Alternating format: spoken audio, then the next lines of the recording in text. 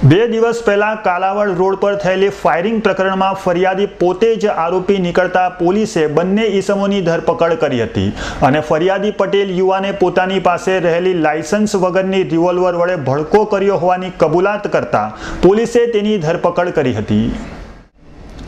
શહેરના કાલાવડ રોડ પર હોસ્પિટલમાં દાખલ બહેનની ખબર કાઢવા ગયેલ બિલ્ડર અને સોનાનો શોરૂમ ધરાવતો પટેલ યુવાન મહેશ ડોબરિયા અને તેના મિત્રો ઉપર સામાકાંઠાના જ ભરવાડ શખ્સ શ્યામખીટ અને બાવાજી શખ્સો હુમલો કરી તોડફોડ કરી આતંક મચાવતા ભારે ચકચાર મચી જવા પામી હતી। એ સમયે એક કારતૂસ પણ મળી આવતા ફરિયાદીએ પોતે એવું જણાવ્યું હતું કે હુમલાખોરોએ ફાયરિંગ કર્યું હતું।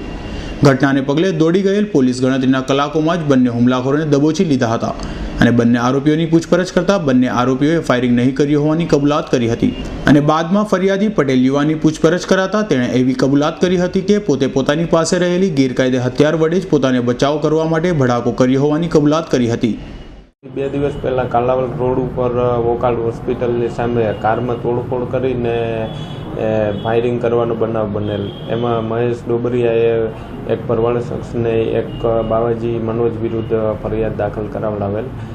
પોલીસ તપાસ દરમિયાન એવું જાણવા મળેલ છે કે આ જે ફાયરિંગનો બનાવ છે એ ફાયરિંગ મહેશ ડોબરિયા નામના વ્યક્તિએ જ કરેલું છે અને જે ફરિયાદી છે એની ફાયરિંગ કરેલાનું જણાતા તેની વિરુદ્ધ પણ આર્મ્સ એક્ટ પ્રમાણે ગુનો દાખલ કરવામાં આવેલ છે। અત્યારે હાલની તપાસ દરમિયાન એવું જણાઈ આવે છે કે અત્યારે ગેરકાયદેસર છે ને લાયસન્સ વગરનું છે, કબજે કરવાનું બાકી છે, તપાસ તજવીજ ચાલુ છે। પોલીસ સમક્ષ ગેરકાયદે હથિયાર અંગેની કબૂલાત આપતા જ પોલીસે ફરિયાદી મહેશ ડોબરિયા અને આનંદ ચારોલિયા બંનેની ધરપકડ કરી હતી।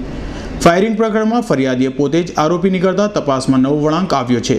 ગેરકાયદેસર હથિયાર અંગે તેને કબૂલાત પણ આપતા જણાવ્યું છે કે પોતે છેલ્લા 3 વર્ષથી પોતાની પાસે હથિયાર રાખતો હતો અને આ હથિયાર પોતે ધામા ભરવાડ પાસેથી ખરીદ્યું હોવાની પણ કબૂલાત કરી હતી, જે અત્યારે હયાત નથી, જેથી પોલીસે હવે ગેરકાયદે હથિયારો કબજે કરવા તજવીજ હાથ ધરી છે। દેવાંગ ભોજાણીનો રિપોર્ટ S9 ન્યૂઝ રાજકોટ।